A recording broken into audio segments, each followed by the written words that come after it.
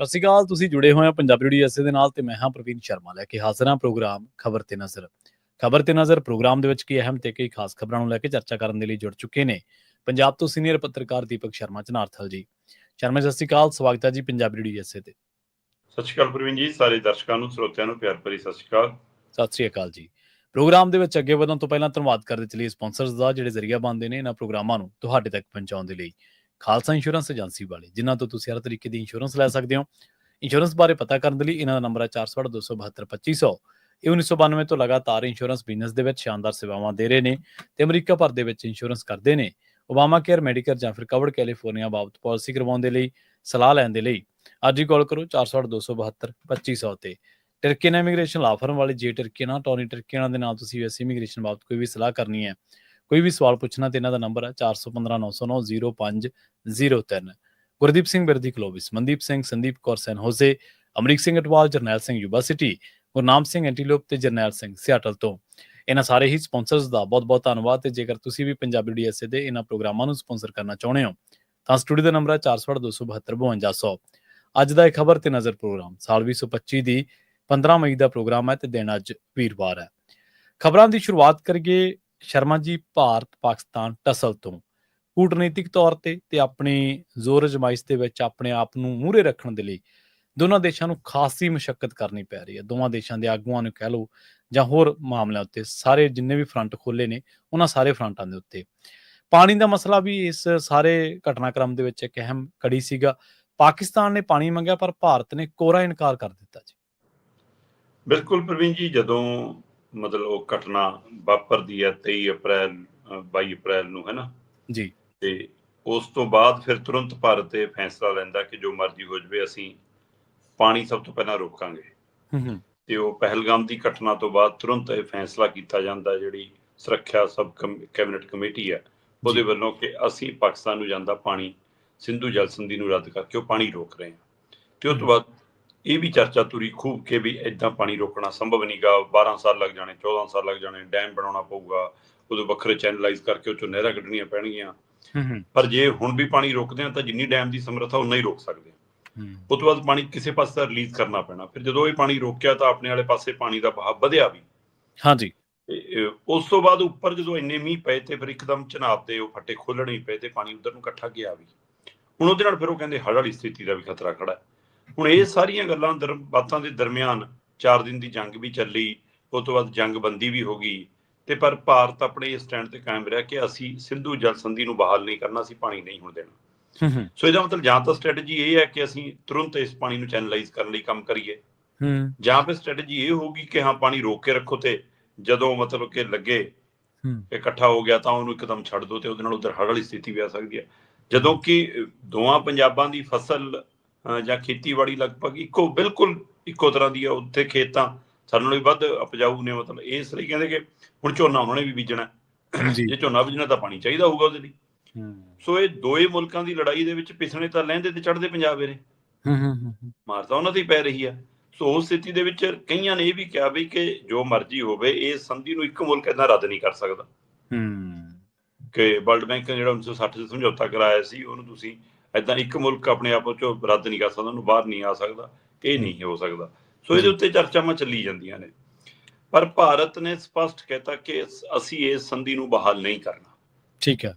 ਇਹਦਾ ਮਤਲਬ ਅਸੀਂ ਏਦਾਂ ਪਾਣੀ ਨਹੀਂ ਛੱਡਣਾ, ਇਕੱਠਾ ਕੇ ਛੱਡਣਾ ਹੋਊਗਾ ਛੱਡਾਂਗੇ, ਉਹ ਦੇਖਾਂਗੇ ਕੀ ਹੈ ਕਿ ਉਹ ਫਿਰ ਮਾਰ ਕਰੂਗਾ। ਉਹ ਵੀ ਤਾਂ ਹੀ ਸ਼ਾਇਦ ਪਾਕਿਸਤਾਨ ਨੇ ਇਹ ਵੀ ਗੱਲ ਦੁਹਰਾਈ ਹੈ ਕਿ ਇਹ ਫਿਰ ਇੱਕ ਜੰਗ ਹੈ ਪਾਣੀ ਰੋਕਣਾ। ਹੁਣ ਪਾਕਿਸਤਾਨ ਦੇ ਜਲ ਸਰੋਤ ਮਹਿਕਮੇ ਦੇ ਸੈਕਟਰੀ ਨੇ ਭਾਰਤ ਦੇ ਜਲ ਸਰੋਤ ਸੈਕਟਰੀ ਨੂੰ ਬਕਾਇਦਾ ਚਿੱਠੀ ਲਿਖੀ ਹੈ। ਪਾਕਿਸਤਾਨ ਦੇ ਜਲ ਸਰੋਤ ਮੰਤਰਾਲੇ ਸੈਕਟਰੀ ਨੇ ਸੈਯਦ ਅਲੀ ਤੇ ਭਾਰਤ ਦੇ ਜਲ ਸ਼ਕਤੀ ਮੰਤਰਾਲੇ ਸੈਕਟਰੀ ਨੇ ਦੇਵਾਸ਼ੀ ਮੁਖਰਜੀ।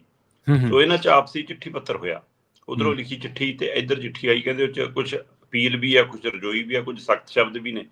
ਤੇ ਇਹਨਾਂ ਨੇ ਚਿੱਠੀ ਦੇ ਉੱਤੇ ਕੋਈ ਚਰਚਾ ਹੀ ਨਹੀਂ ਕੀਤੀ, ਮਤਲਬ ਬੇਸ਼ੱਕ ਵਿਚਾਰ ਲਈ ਗਈ ਹੋਵੇ ਪਰ ਉਹਦੇ ਉੱਤੇ ਕੋਈ ਜਵਾਬ ਭੇਜਣ ਦੀ ਕਾਹਲ ਨਹੀਂ, ਕੋਈ ਕੁਛ ਨਹੀਂ।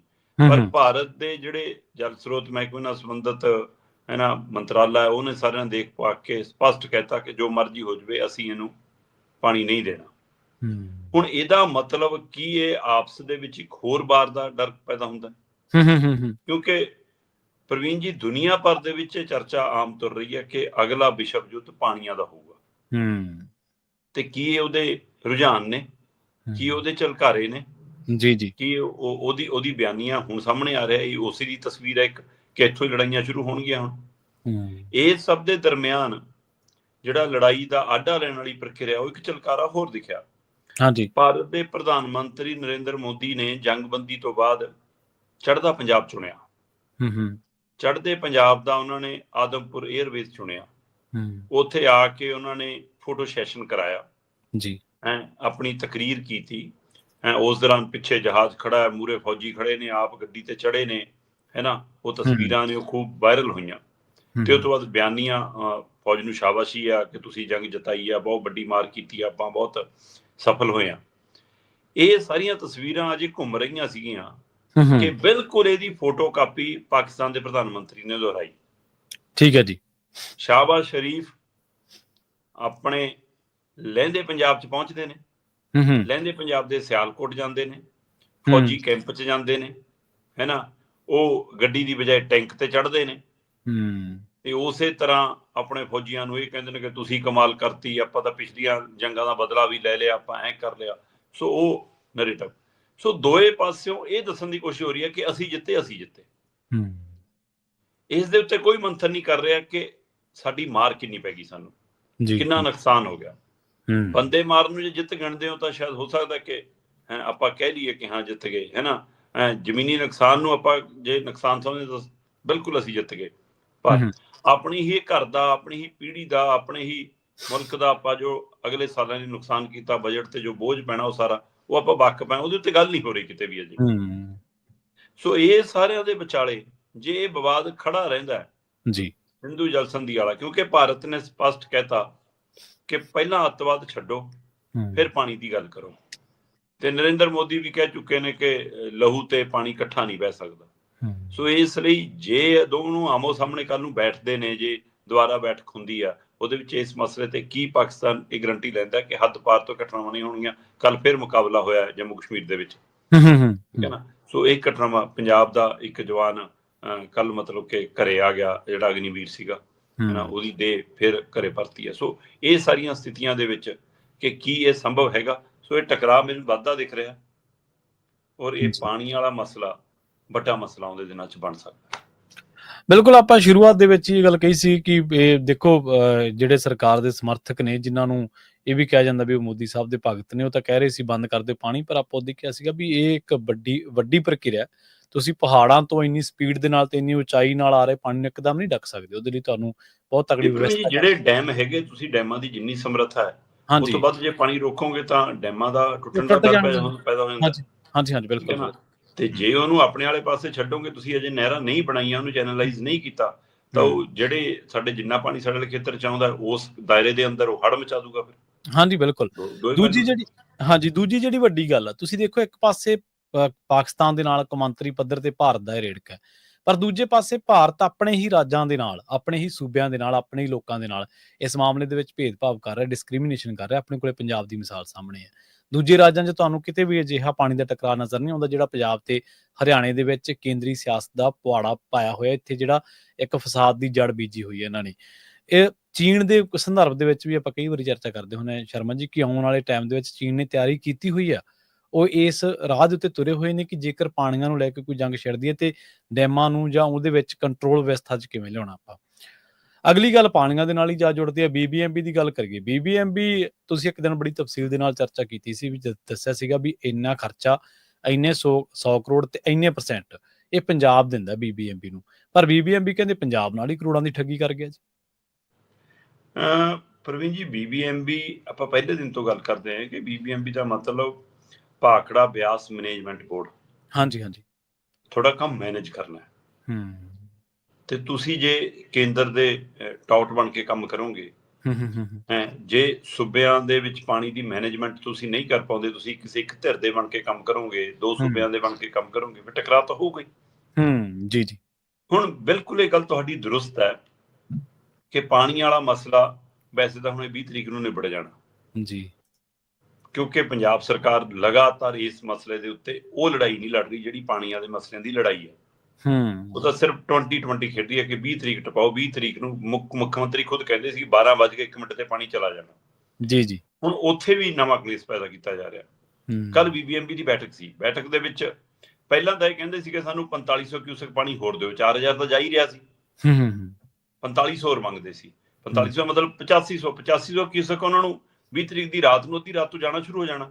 ਹੁਣ ਕਹਿੰਦੇ ਨਹੀਂ ਜੀ ਸਾਨੂੰ ਤਾਂ 10,500 ਕਿਊਸਕ ਦਿਓ, 10,500 ਕਿਊਸਕ ਦਿਓ, ਸਾਨੂੰ ਤਾਂ ਵੱਧ ਚਾਹੀਦਾ ਜੀ, ਇੰਨਾ ਚਾਹੀਦਾ ਜੀ। ਹੁਣ ਇਹ ਫੇਰ ਨਵਾਂ ਟਕਰਾ ਪੈਦਾ ਹੋਊਗਾ। ਪਰ ਹੁਣ ਇੱਥੇ ਸਵਾਲ ਸਭ ਤੋਂ ਵੱਡਾ ਜਿਹੜਾ ਨਵਾਂ ਖੜਾ ਹੋਇਆ ਉਹ ਇਹ ਹੋਇਆ ਕਿ BBMP ਦਾ ਜਿਹੜਾ ਕੁੱਲ ਬਜਟ ਆ ਉਹਦਾ 60% ਅਸੀਂ ਅਦਾ ਕਰਦੇ ਹਾਂ। ਮਤਲਬ ਜੇ ਉਹ ਤਨਖਾਹਾਂ ਲੈਂਦੀ ਆ, ਜੇ ਉਹ ਭੱਤੇ ਲੈਂਦੀ ਆ, ਜੇ ਉਹ ਮੁਲਾਜ਼ਮਾਂ ਦੇ ਰਹਿਣ ਸਹਿਣ ਤੇ ਖਰਚਦੀ ਆ, ਡੈਮਾਂ ਦੀ ਮੈਨੇਜਮੈਂਟ ਆ, ਕੋਈ ਆ, ਜੋ BBMP ਦਾ ਬਜਟ ਆ, ਜੇ ਉਹ 100 ਰੁਪਈਆ ਤਾਂ 60 ਰੁਪਈਏ ਸਾਡੇ, ਜੇ 1000 ਰੁਪਈਆ ਤਾਂ 600 ਰੁਪਈਆ ਸਾਡਾ, ਜੇ ਲੱਖ ਰੁਪਈਆ ਤਾਂ 60,000 ਸਾਡੇ, ਜੇ 10 ਲੱਖ ਤਾਂ 6 ਲੱਖ ਸਾਡੇ। 60% ਅਸੀਂ ਅਦਾ ਕਰ ਰਹੇ ਹਾਂ। ਪਰ ਹੋਇਆ ਕਿ ਪਿਛਲੇ 10-12 ਸਾਲਾਂ ਤੋਂ ਕਰੀਬ ਜੀ BBMP ਜਿਹੜਾ ਰੱਖ ਰਖਾਵ ਲਈ, ਡੈਮਾਂ ਦੇ ਰੱਖ ਰਖਾਵ ਦੇ ਹਵਾਲੇ ਲਈ ਜਿਹੜਾ ਬਜਟ ਲੈ ਰਿਹਾ, ਖਾਸ ਕਰ ਨੰਗਲ ਵਾਲੇ ਖੇਤਰ ਦਾ ਹੀ, ਹਾਂਜੀ, ਉਹ ਕੁੱਲ ਬਜਟ ਪੰਜਾਬ ਤੋਂ ਵਸੂਲੀ ਜਾ ਰਿਹਾ ਤੇ ਪੰਜਾਬ ਅਦਾ ਕਰ ਰਿਹਾ। ਪਿਛਲੇ 10-12 ਸਾਲਾਂ ਤੋਂ ਪੰਜਾਬ ਨੂੰ ਚੂਨਾ ਲੱਗ ਰਿਹਾ। ਪਾਣੀ ਤਾਂ ਹਰਿਆਣੇ ਨੂੰ ਵੱਧ ਚਾਹੀਦਾ ਤੇ ਜਾਂਦਾ ਰਿਹਾ। 8 ਗੁਣਾ ਪਾਣੀ ਹਰਿਆਣੇ ਨੂੰ ਹੁਣ ਤੱਕ ਵੱਧ ਜਾ ਚੁੱਕਿਆ ਪਿਛਲੇ 8-10 ਸਾਲਾਂ 'ਚ। ਤੇ ਰਾਜਸਥਾਨ ਨੂੰ ਪਾਣੀ ਤਾਂ ਬਾਦਲ ਕੈਪਟਨ ਦਾ ਛੱਡੋ, ਆ ਭਗਵੰਤ ਮਾਨ ਦੇ ਟਾਈਮ ਵੀ ਵੱਧ ਗਿਆ, ਜਦੋਂ ਖੂਬ ਰੋਜ਼ ਰਿਪੋਰਟਾਂ ਹੁੰਦੀਆਂ ਸੀ। ਉਸ ਸਮੇਂ ਰਾਜਸਥਾਨ ਚੋਣਾਂ ਸੀ, ਇਹਨਾਂ ਨੂੰ ਲੱਗਦਾ ਸੀ ਕਿ ਸ਼ਾਇਦ ਪੰਜਾਬ ਦੇ ਨਹਿਰੀ ਪਾਣੀ ਨਾਲ ਅਸੀਂ ਰਾਜਸਥਾਨ ਦੀਆਂ ਵੋਟਾਂ ਸਿੰਜ ਲਈਏ। ਹਾਂਜੀ ਹਾਂਜੀ, ਬਿਲਕੁਲ ਪੂਰਾ ਜ਼ੋਰ ਲਾਇਆ। ਤੇ ਫਿਰ ਤੁਸੀਂ ਵੀ ਤਾਂ ਉਸੇ ਲੈਂਜ ਖੜੇ ਹੋ ਨਾ ਜਿਹੜੇ ਲੈਂਜ ਤੁਸੀਂ ਦੂਸਰਿਆਂ ਨੂੰ ਕਹਿੰਦੇ ਹੋ। ਪਰ ਜੇ ਪਿਛਲੇ 12-13 ਸਾਲਾਂ ਤੋਂ ਇਹ ਪ੍ਰਕਿਰਿਆ ਚੱਲ ਰਹੀ ਆ ਕਿ ਪੰਜਾਬ ਦੇ ਨਾਲ ਕਰੋੜਾਂ ਦਾ ਚੂਨਾ ਲੱਗ ਰਿਹਾ ਪੰਜਾਬ ਨੂੰ, ਪੰਜਾਬ ਦੇ ਖਜ਼ਾਨੇ ਨੂੰ, ਉਹ 60% ਸਾਡੇ ਤੋਂ ਲੈਣ ਦੀ ਲੈ ਕੇ 40% ਦੂਏ ਸੂਬਿਆਂ ਤੋਂ ਵਸੂਲਣ ਦੀ ਬਜਾਏ ਪਾਣੀ ਦੇਣ ਲੱਗੇ ਉਹਨਾਂ ਨੂੰ ਪੈਸੇ ਲੈਣ ਲਈ ਅਸੀਂ। ਜੇ ਇਹ ਪ੍ਰਕਿਰਿਆ ਚੱਲ ਰਹੀ ਆ ਤਾਂ ਫਿਰ ਇਹਦਾ ਮਤਲਬ 10-12 ਸਾਲਾਂ 'ਚ ਤਾਂ ਸਾਰੀਆਂ ਸਰਕਾਰਾਂ ਆ ਗਈਆਂ। ਇਹ 2010-11 ਤੋਂ ਲੈ ਕੇ 22-23 ਤੱਕ ਦੀ ਰਿਪੋਰਟ ਹੈ ਜੀ। ਠੀਕ ਹੈ ਜੀ। ਇਹਦੇ ਵਿੱਚ ਫਿਰ ਕੈਪਟਨ ਦਾ ਰਾਜ ਵੀ ਆਉਂਦਾ, ਚੰਨੀ ਦਾ ਰਾਜ ਵੀ ਆਉਂਦਾ, ਭਗਵੰਤ ਮਾਨ ਦਾ ਰਾਜ ਵੀ ਆਉਂਦਾ, ਇਹਦੇ ਵਿੱਚ ਬਾਦਲਾਂ ਤੇ BJP ਵਾਲਾ ਰਾਜ ਵੀ ਆਉਂਦਾ, ਅਕਾਲੀ ਦਲ BJP ਦਾ ਸਾਂਝਾ ਰਾਜ ਵੀ ਆਉਂਦਾ। ਸੋ ਇਸ ਸਾਰੇ ਕੰਮ ਦੇ ਲਈ ਨੰਗਲ ਹਾਈਡਲ ਚੈਨਲ ਦੀ ਮੁਰੰਮਤ ਦੇ ਨਾਂ ਦੇ ਉੱਤੇ, ਰੱਖ ਰਖਾਵ ਦੇ ਉੱਤੇ 32 ਕਰੋੜ 69 ਲੱਖ ਰੁਪਈਆ ਹੁਣ ਤੱਕ ਲਿਆ ਗਿਆ ਸਾਤੋਂ। ਠੀਕ ਹੈ, ਮਤਲਬ 32.5 ਕਰੋੜ ਤੋਂ ਉੱਪਰ ਦਾ ਇਹ ਕੁੱਲ ਵਸੂਲੀ ਸਾਡੇ ਕੋਲ ਹੋਈ ਹੈ। ਕੁੱਲ ਇਹਨਾਂ ਦੀ ਇੰਨੀ ਲੋੜ ਸੀ ਰੱਖ ਰਖਾਵ ਲਈ। ਅੱਛਾ, ਜਦੋਂ ਕਿ ਬਣਦਾ ਇਹ ਸੀ ਕਿ ਇਹਦਾ 60% ਅਸੀਂ ਦਿੰਦੇ। 32 ਕਰੋੜ 69 ਲੱਖ ਦਾ 60% ਬਣਦਾ 19 ਕਰੋੜ 61 ਲੱਖ 40 ਹਜ਼ਾਰ। ਠੀਕ ਹੈ, ਤੇ 19 ਕਰੋੜ 61 ਲੱਖ ਲੈਣ ਦੀ ਬਜਾਏ ਸਾਤੋਂ ਤੁਸੀਂ ਪੂਰਾ 32 ਕਰੋੜ 69 ਲੱਖ ਵਸੂਲਿਆ। ਇਹਦਾ ਮਤਲਬ ਹਰਿਆਣਾ ਤੇ ਰਾਜਸਥਾਨ ਨੇ ਜਿਹੜਾ ਮਿਲ ਕੇ 40% ਦੇਣਾ ਸੀ, 13 ਕਰੋੜ 7 ਲੱਖ 60 ਹਜ਼ਾਰ, ਤੁਸੀਂ ਉਹ ਵੀ ਸਾਤੋਂ ਵਸੂਲਿਆ। ਇਹ ਪੰਜਾਬ ਦੇ ਮਤਲਬ ਕਿ ਖਜ਼ਾਨੇ ਨੂੰ ਚੂਨਾ ਨਹੀਂ, ਠੱਗੀ ਨਹੀਂ ਤਾਂ ਹੋਰ ਕੀ ਹੈ ਜੀ? ਹੋਰ ਕੀ ਹੈ? ਸਹੀ ਗੱਲ। ਹੋਰ ਠੱਗੀ ਕਿਹਨੂੰ ਕਹਿੰਦੇ ਨੇ? ਹੋਰ ਫਰਾਡ ਕਿਹਨੂੰ ਕਹਿੰਦੇ ਨੇ? ਜੀ ਜੀ। BBMP ਕਹਿੰਦਾ ਜੀ ਸਾਡੀ ਤਾਂ ਕੈਗ ਹਰ ਵਾਰ ਰਿਪੋਰਟ ਕਰਦੀ ਹੈ ਜੀ, ਜਾਰੀ ਹੁੰਦੀ ਹੈ ਸਾਰਾ ਕੋਈ ਰਿਪੋਰਟ ਸਾਡਾ। ਅਗਲੇ ਤਾਂ ਇਹ ਰਿਪੋਰਟ ਕਰਦੇ ਆ ਕਿ ਤੁਹਾਡੇ ਕੋਲ ਪੈਸਾ ਕਿੰਨਾ ਆਇਆ ਤੇ ਤੁਸੀਂ ਕਿੰਨਾ ਖਰਚ ਲਿਆ। ਕੋਈ ਥੋੜਾ ਦੇਖਦੇ ਕਿੱਥੋਂ ਆਇਆ ਕਿੱਥੋਂ ਨਹੀਂ ਆਇਆ। ਬਿਲਕੁਲ ਸਹੀ, ਬਿਲਕੁਲ ਸਹੀ।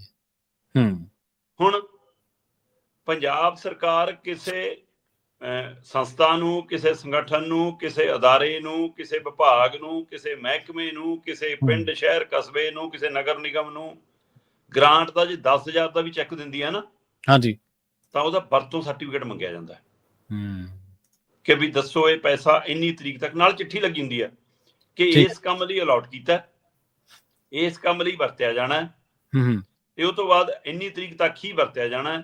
ਫਿਰ ਉਹਦਾ ਵਰਤੋਂ ਦਾ ਸਰਟੀਫਿਕੇਟ ਸਾਨੂੰ ਪਹੁੰਚਦਾ ਕੀਤਾ ਜਾਵੇ। ਬਿਲਕੁਲ ਠੀਕ ਹੈ। ਇੱਥੇ ਇੰਨੇ ਸਾਲਾਂ ਤੋਂ ਕੋਈ ਵਰਤੋਂ ਸਰਟੀਫਿਕੇਟ ਲਿਆ ਹੀ ਨਹੀਂ ਜੀ। ਚਲੋ ਮਾਨ ਸਰਕਾਰ ਹੁਣ ਇਹ ਕਹੂਗੀ ਕਿ ਅਸੀਂ ਤਾਂ ਫੜ ਲਈ ਜੀ ਇਹ ਗਲਤੀ, ਪਰ 2.5-3 ਸਾਲ ਤੁਹਾਡੇ ਵੀ ਲੰਘੇ ਤੇ ਪਹਿਲਾਂ ਦਾ ਦੱਬ ਕੇ ਕੰਮ ਚੱਲਿਆ। ਹੁਣ ਕੱਲੀ ਗਲਤੀ ਫੜ ਕੇ ਮੀਡੀਆ 'ਚ ਖਬਰਾਂ ਲਵਾ ਕੇ ਚਰਚਾ ਕਰਾ ਕੇ ਗੱਲ ਨਹੀਂ ਬਣਨੀ। ਨਹੀਂ ਬਣਨੀ, ਬਿਲਕੁਲ ਸਹੀ। ਜੇ ਮਤਲਬ ਸਪੂਤ ਕਹਾਉਣਾ ਹੈ ਨਾ, ਰਾਖਿਆਂ ਦਾ ਟੈਗ ਲੈਣ ਨੂੰ ਫਿਰਦੇ ਹੋ ਤਾਂ ਕਰੋ ਵਸੂਲੀ ਫਿਰ BBMP ਤੋਂ, ਤਾਂ ਮੰਨੀਏ। ਹੂੰ ਕਿਆ ਲਓ ਵੀ ਅਗਲਾ ਬਜਟ ਤੁਹਾਡਾ ਇੰਨਾ ਹੈ, ਹੂੰ ਜਿਵੇਂ ਕਹਿੰਦੇ ਹੋ ਨਾ ਅਸੀਂ ਵੱਧ ਪਾਣੀ ਵਰਤ ਗਿਆ ਸੀ ਹਰਿਆਣਾ, ਹੂੰ ਮਾਰਚ 'ਚ ਮੁੱਕ ਗਿਆ ਸੀ, ਇਸ ਲਈ ਅਸੀਂ ਉਹਦਾ ਪਾਣੀ ਰੋਕਤਾ। ਹੂੰ ਹੁਣ ਕਹੋ ਵੀ ਤੁਹਾਡੇ ਕੋਲ ਇੰਨਾ ਬਜਟ ਵੱਧ ਗਿਆ ਵਾ, ਇਸ ਲਈ ਸਹੀ ਇੰਨਾ ਉਹਨਾਂ 'ਚ ਕੱਟ ਕੇ ਅਸੀਂ ਇੰਨਾ ਹੀ ਦੇਵਾਂਗੇ, ਤੁਹਾਡੇ ਕਰਤੀ ਕਟੌਤੀ ਕਰ ਲਓ, ਇੱਥੇ ਵੀ ਪਾਣੀ ਵਾਲਾ ਫੱਟਾ ਇੱਥੇ ਵੀ ਸਿੱਟ ਲਓ ਇੱਕ, ਔਖਾ ਫਿਰ ਤਾਂ ਸਿਸਟਮ। ਦੇਖੀਏ। ਇਹ ਹੁਣ ਪਰਖ ਦੀ ਘੜੀ ਆ ਜੀ ਜੀ ਭਗਵੰਤ ਮਾਨ ਦੀ, ਹਰਪਾਲ ਚੀਮਾ ਦੀ, ਹੈ ਨਾ। ਹੁਣ ਦੇਖਣ ਵਾਲੀ ਗੱਲ ਹੈ ਕਿ ਇੱਥੇ ਕਿਵੇਂ ਸਟੈਂਡ ਲੈਂਦੇ ਆ। ਬਿਲਕੁਲ ਜੀ, ਇਹ ਪੰਜਾਬ ਨਾਲ ਵੱਡੀ ਠੱਗੀ ਹੈ, ਔਰ BBMB ਦੀ ਕੀ ਅੱਜ ਦੀ ਤਰੀਕ 'ਚ ਲੋੜ ਹੈ, ਇਹਦੇ ਉੱਤੇ ਵੀ ਮੰਥਨ ਦੀ ਲੋੜ ਹੈ। ਇੱਕ ਪਾਸੇ ਡੈਪੂਟੇਸ਼ਨ ਤੇ ਲਿਆ ਕੇ ਬਾਹਰੋਂ ਮਤਲਬ ਪੋਸਟਾਂ ਭਰੀਆਂ ਜਾ ਰਹੀਆਂ, ਉਹ ਪੰਜਾਬ ਦੇ ਸਿਰ ਤੇ ਬੋਝ ਪੈਂਦਾ। ਜਦੋਂ 60% ਅਸੀਂ ਵੱਧ ਦੇਣਾ ਤਾਂ ਵੱਧ ਬੋਝ ਸਾਡੇ ਤੇ ਹੀ ਹੈ। ਹਾਂਜੀ ਹਾਂਜੀ ਅਸੀਂ ਬਿਲਕੁਲ ਆਪਣੇ ਕੋਟੇ ਦੀਆਂ ਪੋਸਟਾਂ ਵੀ ਨਹੀਂ ਭਰ ਪਾ ਰਹੇ, ਹੈ ਨਾ।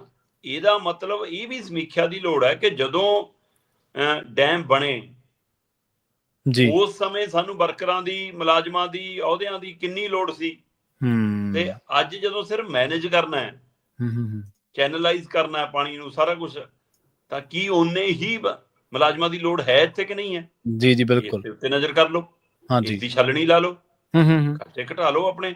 ਸੋ ਇਸ ਦੇ ਉੱਤੇ ਵੀ ਕੰਮ ਕਰਨ ਦੀ ਲੋੜ, ਕਈ ਪਹਿਲੂਆਂ ਤੇ ਕੰਮ ਕਰਨ ਦੀ ਲੋੜ ਹੈ।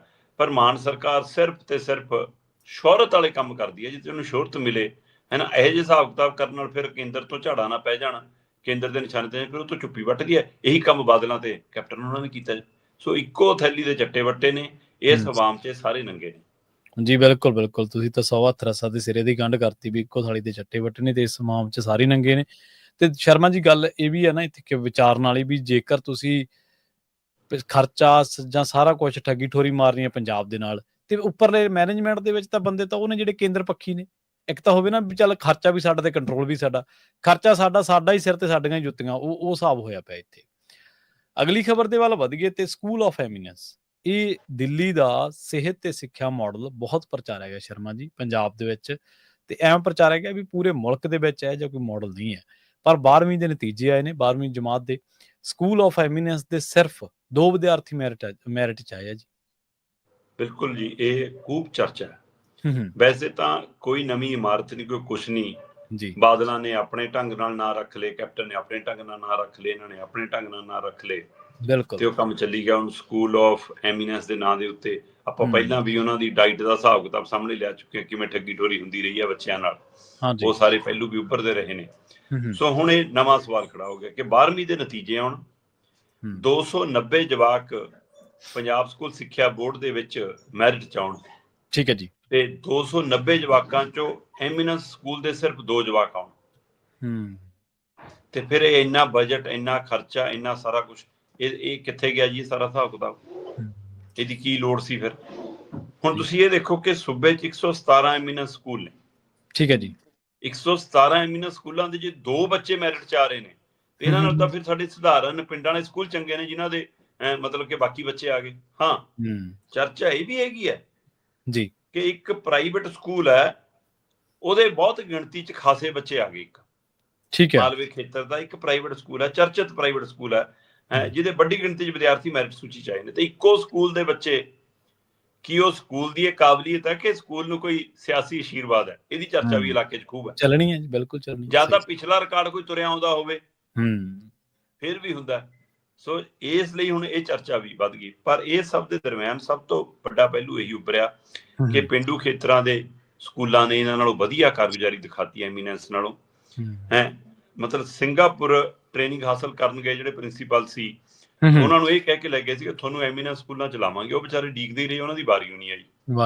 ਤੇ ਪਰ ਇੱਥੇ ਸਾਰਾ ਕੁਝ, ਜਿੰਨਾ ਖਰਚਾ ਪਾਣੀ ਕੀਤਾ ਜਾਂਦਾ ਹੈ, ਜਿੰਨਾ ਐਮੀਨੈਂਸ ਸਕੂਲਾਂ ਨੂੰ ਪ੍ਰਚਾਰਿਆ ਜਾਂਦਾ ਹੈ, ਜਿੰਨਾ ਇਹਨਾਂ ਦਾ ਇਸ਼ਤਿਹਾਰਬਾਜ਼ੀ ਕੀਤੀ ਜਾਂਦੀ ਹੈ, ਜਿੰਨਾ ਮੁੱਖ ਮੰਤਰੀ ਭਗਵੰਤ ਮਾਨ ਦਾ ਗੁਣਗਾਨ ਗਾਉਂਦੇ ਨੇ, ਉੱਚੀ ਦੁਕਾਨ ਫੀਕਾ ਪਕਵਾਨ, ਉਹ ਸਾਬਤ ਹੋਇਆ ਜੀ। ਬਿਲਕੁਲ 212ਵੀਂ ਜਮਾਤ ਦੇ ਬੋਰਡ ਦੀ ਪ੍ਰੀਖਿਆ 'ਚ 290 ਵਿਦਿਆਰਥੀ ਕੁੱਲ ਪੰਜਾਬ 'ਚੋਂ ਮੈਰਿਟ 'ਚ ਆਏ ਨੇ, ਜਿਨ੍ਹਾਂ 'ਚੋਂ ਸਿਰਫ ਐਮੀਨੈਂਸ ਸਕੂਲ ਦੇ 2 ਨੇ, ਬਾਕੀ ਬਹੁਤ ਗਿਣਤੀ ਦੂਸਰੇ ਸਕੂਲਾਂ ਦੇ ਵਿਦਿਆਰਥੀ ਨੇ। ਸੋ ਇਸ ਦੇ ਉੱਤੇ ਹੁਣ ਮੰਥਨ ਦੀ ਲੋੜ ਹੈ। ਚਰਚਾ ਖੂਬ ਹੈ, ਪਰ ਸਰਕਾਰ ਚੁੱਪ ਹੈ। ਚਲੋ, ਸਿੱਖਿਆ ਮੰਤਰੀ ਸਾਹਿਬ ਤਾਂ ਪਾਣੀਆਂ ਲਈ ਨਾਕਾ ਲਾ ਕੇ ਬੈਠੇ ਨੇ, ਧਰਨਾ ਲਾਇਆ ਉਹਨਾਂ ਨੇ, ਤਾਂ ਉਹ ਮਸਲਾ ਜ਼ਰੂਰੀ ਹੈ, ਜੋ ਹਾਈ ਕਮਾਂਡ ਦਾ ਹੁਕਮ ਹੈ ਉਹਨਾਂ ਲਈ ਸਕੂਲਾਂ ਵਾਲਾ ਕੰਮ ਥੋੜਾ ਹੁਣ ਜ਼ਰੂਰੀ ਹੈ। ਸਹੀ ਕਿਹਾ ਤੁਸੀਂ। ਬਾਕੀ ਜਦੋਂ ਤੁਸੀਂ ਪਾਣੀਆਂ ਦੀ ਗੱਲ ਕਰ ਰਹੇ ਸੀ ਨਾ ਸ਼ਰਮਾ ਜੀ, ਤੁਸੀਂ ਕਿਹਾ ਸੀਗਾ ਵੀ ਉਹ ਪਹਿਲੂ ਨੇ ਜਿਨ੍ਹਾਂ ਦੇ ਉੱਤੇ ਮਾਨ ਸਾਹਿਬ ਜਿਹੜੇ ਨੇ ਉਹ ਦੂਜੀਆਂ ਸਰਕਾਰਾਂ ਨਾਲੋਂ ਕੋਈ ਬਹੁਤੇ ਵੱਖਰੇ ਨਹੀਂ ਚੱਲ ਰਹੇ। ਇੱਕ ਹੋਰ ਮਸਲਾ ਜਿਹੜੇ ਇਹ ਸਟੇਜਾਂ ਤੋਂ ਜਦੋਂ 2014-15 ਦੇ ਵਿੱਚ ਪਹਿਲੀ ਵਾਰੀ MP ਚੁਣੇ ਗਏ ਆ ਤੇ ਉਦੋਂ ਕਹਿੰਦੇ ਸੀਗੇ ਬਾਦਲਾਂ ਨੇ ਆ ਵੀ ਜੇਲ੍ਹ ਵੀ ਵੇਚਤੀ, ਬਾਦਲਾਂ ਨੇ ਫਲਾਮ ਵੀ ਵੇਚਤਾ, ਫਲਾਮ ਵੀ ਵੇਚਤਾ। ਅੱਜ ਖੁਦ ਕੁਰਸੀ ਤੇ ਨੇ। ਅੱਜ ਪੰਜਾਬ ਸਰਕਾਰ ਬਾਰੇ ਖਬਰ ਆ ਰਹੀ ਹੈ, ਪੁਸ਼ਟੀ ਤੁਸੀਂ ਕਰ ਦਿਓ, 1500 ਜਾਇਦਾਦਾਂ ਨੇ ਜਿਹੜੀਆਂ ਪੰਜਾਬ ਸਰਕਾਰ ਨਿਲਾਮ ਕਰਨ ਜਾ ਰਹੀ ਹੈ। ਹੁਣ ਜੇ ਨਿਲਾਮ ਕਰੂਗੀ ਤਾਂ ਆਪਣੇ ਕੋਲੇ ਥੋੜ੍ਹਾ ਰੱਖੂਗੀ, ਪ੍ਰਾਈਵੇਟ ਹੱਥਾਂ 'ਚ ਹੀ ਜਾਊਗੀ। ਬਿਲਕੁਲ ਜੀ, ਇਹਦੇ ਵਿੱਚ ਕੋਈ ਦੋ ਰਾਏ ਨਹੀਂ ਕਿ ਪੰਜਾਬ ਸਰਕਾਰ ਨੇ ਤੈਅ ਕੀਤਾ ਕਿ ਅਸੀਂ 250 ਕਰੋੜ ਰੁਪਈਆ ਇਕੱਠਾ ਕਰਨਾ ਹੈ ਜੀ, ਤੇ 250 ਕਰੋੜ ਇਕੱਠਾ ਕਰਨ ਦੇ ਲਈ ਅਸੀਂ 1500 ਜਾਇਦਾਦਾਂ ਨਿਲਾਮ ਕਰਾਂਗੇ। ਠੀਕ ਹੈ ਜੀ। ਬਕਾਇਦਾ ਈ ਨਿਲਾਮੀ ਹੋਊਗੀ, ਪੋਰਟਲ ਤੇ ਜਾ ਕੇ ਅਪਲਾਈ ਕਰੋ, ਹੈ ਨਾ। 25% ਤੁਰੰਤ ਦੇਣਾ ਪਊਗਾ ਤੁਹਾਨੂੰ, 30 ਦਿਨਾਂ ਦੇ ਅੰਦਰ ਅੰਦਰ ਬਾਕੀ ਰਾਸ਼ੀ ਦੇਣੀ ਪਊਗੀ, 5% ਦੀ ਛੂਟ ਵੀ ਮਿਲ ਜਾਊਗੀ। ਦੇਖ ਲਓ, ਜੇ ਕੋਈ ਦੁਕਾਨ ਪਲਾਟ ਤੁਸੀਂ ਲੈਣੀ ਹੈ ਤਾਂ ਤੁਸੀਂ ਅਪਲਾਈ ਕਰ ਲਓ। ਹੁਣ ਹੈ ਕੀ ਆ, ਜੀ, ਕੇਂਦਰ ਕੰਨੀ ਸਾਡਾ ਪੇਂਡੂ ਵਿਕਾਸ ਫੰਡ ਰੁਕਿਆ ਹੋਇਆ 7000 ਕਰੋੜ ਦਾ। ਠੀਕ ਹੈ ਜੀ। ਉਹ ਪੇਂਡੂ ਵਿਕਾਸ ਫੰਡ ਦਾ ਮਤਲਬ ਸਿੱਧਾ ਹੁੰਦਾ ਹੈ ਕਿ ਮੰਡੀ ਨੂੰ ਪਿੰਡ ਤੱਕ ਜੋੜਨ ਦੇ ਲਈ, ਸ਼ਹਿਰ ਨੂੰ ਪਿੰਡ ਨਾਲ ਜੋੜਨ ਦੇ ਲਈ, ਮਤਲਬ ਉਹ ਸੜਕਾਂ ਦੇ ਉੱਤੇ, ਪੇਂਡੂ ਸੜਕਾਂ ਦੇ ਉੱਤੇ ਕੁੱਲ ਮਿਲਾ ਕੇ ਸਿੱਧਾ ਖਰਚਾ ਉਹ ਕਰਨਾ ਹੁੰਦਾ। ਪਰ ਇਹ ਸਾਰੇ ਕਾਰਜ ਦੀ ਲੜਾਈ ਲੜਨ ਦੀ ਬਜਾਏ ਕਹਿੰਦੇ ਜੀ ਪਿੰਡਾਂ ਦੇ ਲਿੰਕ ਰੋਡ ਟੁੱਟੇ ਹੋਏ ਨੇ ਜੀ, ਉਹ ਅਸੀਂ ਮੁਰੰਮਤ ਕਰਨੀ ਹੈ ਜੀ, ਮੰਡੀ ਬੋਰਡ ਨੂੰ ਆਰਥਿਕ ਤੌਰ ਤੇ ਮਜ਼ਬੂਤ ਕਰਨਾ ਜੀ, ਕੁਝ ਮੰਡੀਆਂ ਦਾ ਕੰਮ ਵੀ ਹੈ ਜੀ, ਇਸ ਲਈ ਅਸੀਂ ਮੰਡੀਆਂ ਦੀਆਂ ਦੁਕਾਨਾਂ, ਪਲਾਟ ਜਿਹੜੇ ਆਉਂਦੇ ਨੇ ਜੀ ਉਹ ਨਿਲਾਮ ਕਰਨੇ ਆ, ਤੇ ਨਿਲਾਮ ਕਰਕੇ 250 ਕਰੋੜ ਆ ਜਾਣਾ, ਆਪਾਂ ਪਿੰਡਾਂ ਦੀ ਸੜਕਾਂ ਦੀ ਮੁਰੰਮਤ ਕਰ ਦੇਣੀ। ਤੁਹਾਡਾ ਜਿਹੜਾ ਪਿੰਡਾਂ ਦੀ ਸੜਕਾਂ ਦੇ ਲਈ ਹੱਕ ਬਣਦਾ 7000 ਕਰੋੜ, ਉਹ ਤੁਸੀਂ ਲੈਣ ਨਹੀਂ ਜਾ ਰਹੇ। ਅਗਲੇ ਉਹ 7000 ਕਰੋੜ ਰੋਕ ਕੇ ਸਿੱਧਾ ਤੁਹਾਨੂੰ ਕਹਿ ਰਹੇ ਨੇ ਕਿ ਕਰ ਲਓ ਮੰਡੀਆਂ 'ਚ ਜੋ ਕਰਨਾ, ਤਾਂ ਮੰਡੀਆਂ ਹੀ ਮੁਕਾ ਦੇਣੀਆਂ ਤੁਹਾਡੀਆਂ। ਸਹੀ ਗੱਲ। ਉਹ ਜਿਸ ਤਰ੍ਹਾਂ ਕਟੌਤੀ ਕਰਦੇ ਤੁਰੇ ਆ ਰਹੇ ਨੇ, ਹੈ ਨਾ, ਲਗਾਤਾਰ, ਮਤਲਬ ਕਿ ਚਾਹੇ ਆ ਪਿੰਡੂ ਵਿਕਾਸ ਫੰਡ ਰੋਕ ਕੇ, ਚਾਹੇ ਮੰਡੀ ਫੀਸ ਦੇ ਵਿੱਚ ਕਟੌਤੀ ਕਰਕੇ, ਚਾਹੇ ਆੜਤ ਦੇ ਵਿੱਚ ਕਟੌਤੀ ਕਰਕੇ, ਚਾਹੇ ਸਰਕਾਰੀ ਗੋਦਾਮਾਂ ਨੂੰ ਉਹਨਾਂ ਨੂੰ ਠੇਕਿਆਂ ਤੇ ਦੇ ਕੇ, ਵਾਨੀਆਂ ਡਾਨੀਆਂ ਨੂੰ ਉਹਨਾਂ ਨੂੰ ਸੈਲੋ 'ਚ ਬਦਲ ਕੇ, ਉਹ ਤਾਂ ਉੱਧਰ ਨੂੰ ਲੈ ਕੇ ਜਾ ਰਹੇ ਨੇ ਸਾਰਾ ਕੁਝ। ਤੁਸੀਂ ਨਾ ਮੰਡੀ ਬਚਾਉਣ ਦੀ ਗੱਲ ਕਰ ਰਹੇ ਹੋ, ਨਾ ਸੜਕਾਂ ਪਿੰਡ ਬਚਾਉਣ ਦੀ ਗੱਲ ਕਰ ਰਹੇ ਹੋ। ਤੁਸੀਂ ਕਹਿੰਦੇ ਹੋ ਜੀ ਠੀਕ ਹੈ, ਫਿਰ ਅਸੀਂ ਆਪਣੇ ਚੋਂ ਕਰ ਦਾਂਗੇ, ਕਿਉਂਕਿ ਤੁਸੀਂ ਵੋਟਾਂ ਦਿਖਦੀਆਂ ਤੁਹਾਨੂੰ। ਲੁਧਿਆਣੇ 'ਚ ਜਿਹੜੀਆਂ ਸੜਕਾਂ ਠੀਕ ਠਾਕ ਬਣੀਆਂ ਸੀ, ਉਹਨਾਂ ਦੇ ਉੱਤੇ ਵੀ ਉਹੀ ਉਹ ਪਾਣੀ ਜਾਂ ਛਿੜਕ ਕੇ, ਹੈ ਨਾ, ਉਹ ਮਤਲਬ ਕਾਲਾ ਵਾਲਾ, ਤੇ ਉਹਨਾਂ ਦੇ ਉੱਤੇ ਬਸ ਐਂ ਦਿਖਾਤਾ ਕਿ ਲਓ ਜੀ ਨਵੀਂ ਬਣਾਤੀ ਸੜਕ। ਉਹ ਲੋਕ ਹੱਥ ਫੇਰਦੇ ਨੇ ਤੇ ਉਹ ਇੰਨੀ ਖੁਸ਼ਕਬ ਹੱਥ 'ਚ ਆਈ ਜਾਂਦਾ ਸਾਰਾ ਕੁਝ। ਉਹ ਕਹਿੰਦੇ ਆ ਜੀ ਹੁਣ ਜਾਂਚ ਹੋਣੀ ਚਾਹੀਦੀ ਹੈ ਇਹਦੀ। ਉੱਥੇ ਸਿਰਫ ਦਿਖੇ ਕਿ ਚਮਕ ਦਮਕ ਹੋ ਗਈ, ਲਓ ਜੀ ਲੁਧਿਆਣੇ ਦਾ ਵਿਕਾਸ ਹੋਣੇ ਸ਼ੁਰੂ ਹੋ ਗਿਆ। ਉਸੇ ਤਰ੍ਹਾਂ ਤੁਸੀਂ ਅਗਲੇ ਸਾਲਾਂ ਦੇ ਵਿੱਚ ਕਿ ਪੰਜਾਬ ਨੂੰ ਕਹਿਣ ਨਹੀਂ ਹੋਵੇ, ਕਿਉਂਕਿ ਪਿੰਡ ਨੂੰ ਜਾਂਦੀ ਜਦੋਂ ਸੜਕ ਟੁੱਟੀ ਹੁੰਦੀ ਆ, ਹੈ ਨਾ, ਫਿਰ ਅਗਲਾ ਕਹਿੰਦਾ ਜਿਹੜੀ ਸੜਕ ਤੋਂ ਆਏ ਹੋ ਦੇਖ ਲਈ ਜੀ, ਅਸੀਂ ਰੋਜ਼ ਆਉਣੇ ਜਾਂਦੇ ਹਾਂ। ਫਿਰ ਉੱਥੇ ਵੋਟਾਂ ਮੰਗਣ ਲੱਗਿਆ ਔਖਾ ਹੋਊਗਾ, ਇਸ ਲਈ ਉਹ ਤੋਂ ਪਹਿਲਾਂ ਬਣਾ ਲਈਏ। ਕੇਂਦਰ ਤੋਂ ਲੈਣ ਲੱਗੇ ਤੁਹਾਡਾ ਮਤਲਬ ਆਡਾ ਨਹੀਂ ਚੱਲਦਾ, ਉੱਥੇ ਜ਼ੋਰ ਨਹੀਂ ਚੱਲਦਾ, ਉੱਥੇ ਤੁਸੀਂ ਲੜ ਨਹੀਂ ਪਾ ਰਹੇ, ਭਿੜ ਨਹੀਂ ਪਾ ਰਹੇ, ਉੱਥੇ ਦਮਖਮ ਨਹੀਂ ਦਿਖਾ ਪਾ ਰਹੇ, ਉੱਥੇ ਧਰਨਾ ਪ੍ਰਦਰਸ਼ਨ ਨਹੀਂ ਲੱਗ ਪਾ ਰਿਹਾ, ਤੇ ਆਪਣਾ ਘਰ ਵੇਚ ਕੇ, ਮਤਲਬ ਆਪਣੇ ਪੰਜਾਬ 'ਚ ਤਾਂ ਆਮ ਕਹਾਵਤ ਆ ਕਿ ਜੇ ਸਪੂਤ ਹੋਊਗਾ ਤਾਂ ਜਾਇਦਾਦ ਬਣਾ ਲੂਗਾ, ਜੇ ਕਪੂਤ ਹੋਊਗਾ ਤਾਂ ਵੇਚੂਗਾ। ਜੀ ਬਿਲਕੁਲ। ਤੇ ਭਾਈ ਤੁਸੀਂ ਫਿਰ ਪਹਿਲਿਆਂ ਨਾਲੋਂ ਵੱਖਰੇ ਕਿਉਂ? ਤੁਸੀਂ ਬਿਲਕੁਲ ਪ੍ਰਵੀਨ ਜੀ ਦਰੁਸਤ ਕਿਹਾ ਕਿ ਜਿਹੜੇ ਕੰਮਾਂ ਲਈ ਪਹਿਲਾਂ ਨੂੰ ਸਵਾਲ ਕਰਦੇ ਸੀ, ਅੱਜ ਉਹੀ ਕੰਮ ਆਪ ਕਰ ਰਹੇ। ਸੋ ਇਹ ਬਦਲਾਅ ਵਾਲੇ ਬਦਲ ਗਏ ਜਨਾਬ। ਜੀ ਜੀ ਬਿਲਕੁਲ। ਤੇ ਅਗਲੀ ਗੱਲ ਕਰੀਏ ਆਪਾਂ ਸ਼ਰਮਾ ਜੀ, ਜਿਹੜੀ ਮਸਲਾ ਐਪਲ ਦਾ ਉਹਦੇ ਬਾਰੇ ਗੱਲ ਕਰੀਏ। ਭਾਰਤ ਦੇ ਵਿੱਚ ਐਪਲ ਨੂੰ ਬੰਦ ਕਰਨ ਦਾ ਟਰੰਪ ਨੇ ਜਿਹੜਾ ਹੁਕਮ ਚਾੜਿਆ, ਉਹਦੀ ਕਹਿੰਦੇ ਇਸ ਟਾਈਮ ਕੌਮਾਂਤਰੀ ਪੱਧਰ ਤੇ ਨਹੀਂ ਚਰਚਾ ਭਾਰਤ ਦੇ ਵਿੱਚ ਵੀ ਬਹੁਤ ਹੈ। ਮੋਦੀ ਸਾਹਿਬ ਦੀ ਯਾਰੀ ਤੇ ਸਵਾਲੀਆ ਚਿੰਨ੍ਹ ਖੜੇ ਹੋ ਗਏ ਜੀ। ਰਵੀਨ ਜੀ, Trump is my best friend. ਹਾਂਜੀ ਬਿਲਕੁਲ। ਅਗਲੇ ਨੇ ਹਵਾ ਕੱਢਤੀ ਉਹਦੀ ਬੈਸਟ ਫਰੈਂਡ ਵਾਲੀ। ਹਾਂਜੀ ਬਿਲਕੁਲ।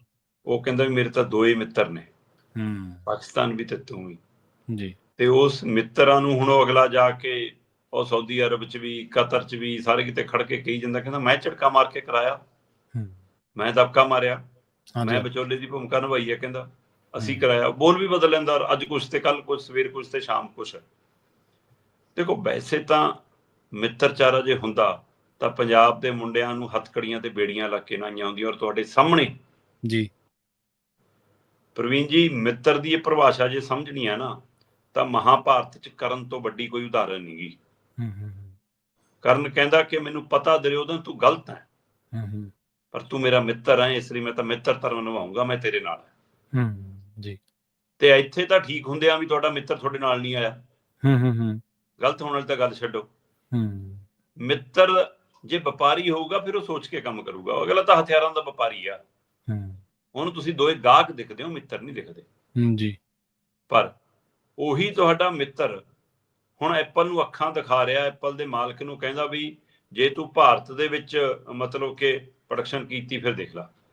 ਅਸਲ 'ਚ ਅਮਰੀਕਾ ਦੇ ਬਾਜ਼ਾਰ 'ਚ ਜਿਹੜੇ ਅੱਜ ਕੱਲ੍ਹ ਫੋਨ ਵਿਕਦੇ ਨੇ ਉਹਨਾਂ ਚੋਂ 50% ਲਗਭਗ ਭਾਰਤ 'ਚ ਤਿਆਰ ਹੋ ਕੇ ਜਾ ਰਹੇ ਨੇ। ਇਹ ਖੁਦ ਉਹਨਾਂ ਦੇ ਮਾਲਕ ਨੇ ਇੱਕ ਮਤਲਬ ਕਿ ਚੈਨਲ ਦੇ ਉੱਤੇ ਗੱਲਬਾਤ ਕਰਦੇ ਆ, ਗੱਲ ਮੰਨੀ ਆ।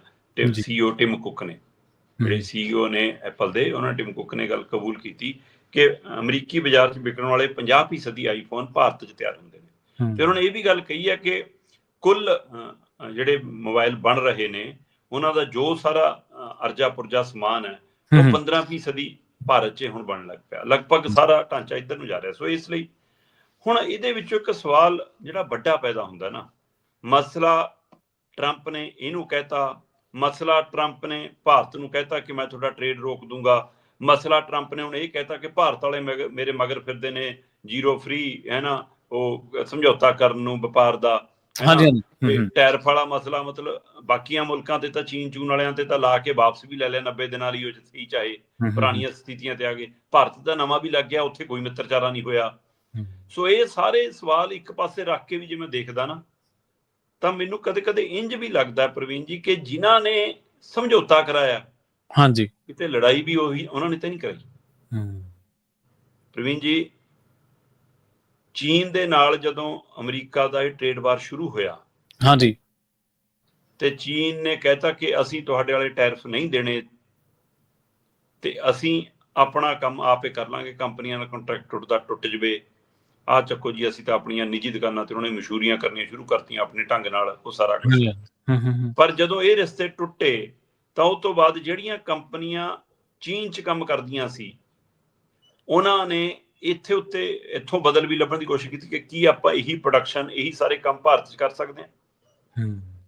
ਭਾਰਤ ਜਨਸੰਖਿਆ ਪੱਖੋਂ ਵੀ, ਵਿਕਾਸਸ਼ੀਲ ਪੱਖੋਂ ਵੀ, ਤੇ ਹੁਣ ਅਗਾਂਹ ਨੂੰ ਬਹੁਤ ਇਸ ਮਾਮਲੇ 'ਚ ਖਰੀਦ ਦੇ ਪੱਖੋਂ 'ਚ ਪੈਸੇ ਵਰਤੋਂ, ਜਦੋਂ ਪੈਸਾ ਆਉਂਦਾ ਤਾਂ ਭਾਰਤ ਵਾਲੇ ਖਰਚਣ ਲਈ ਵੀ ਤਿਆਰ ਰਹਿੰਦੇ ਨੇ। ਇੱਥੇ ਜੇ ਉਹ ਇੰਡਸਟਰੀ ਆਉਂਦੀ ਆ, ਸਾਰੇ ਉਹ ਹੈਡ ਉਹਨਾਂ ਦੇ ਪ੍ਰੋਡਕਸ਼ਨ ਦੇ ਇੱਥੇ ਆਉਂਦੇ ਨੇ, ਤਾਂ ਇਹਦਾ ਮਤਲਬ ਭਾਰਤ ਦੇ ਵਿੱਚ ਇੱਕ ਨਵਾਂ ਆਰਥਿਕ ਤੌਰ ਤੇ ਉੱਤੇ ਮਜ਼ਬੂਤੀ ਆ ਸਕਦੀ ਹੈ। ਪਰ ਜਿੱਦਾਂ ਹੀ ਜੰਗ ਹੋਊਗੀ, ਚਾਹੇ ਉਹ ਜੰਗ 4 ਘੰਟਿਆਂ ਦੀ ਹੈ ਤੇ ਚਾਹੇ 4 ਦਿਨਾਂ ਦੀ ਹੈ, ਦੁਨੀਆ 'ਚ ਖਬਰ ਇਹ ਹੈ ਕਿ ਭਾਰਤ ਤੇ ਪਾਕਿਸਤਾਨ 'ਚ ਜੰਗ ਛਿੜੀ ਤੇ ਵਪਾਰੀ ਬੰਦਾ ਸਭ ਤੋਂ ਪਹਿਲਾਂ ਭੱਜਦਾ ਉੱਥੋਂ। ਸਹੀ, ਬਿਲਕੁਲ। ਸੋ ਇਸ ਖਬਰਾਂ ਨੇ ਉਹਨਾਂ ਕੰਪਨੀਆਂ ਦੀ ਆਮਦ ਤਾਂ ਨਹੀਂ ਰੋਕਤੀ ਕਿਤੇ।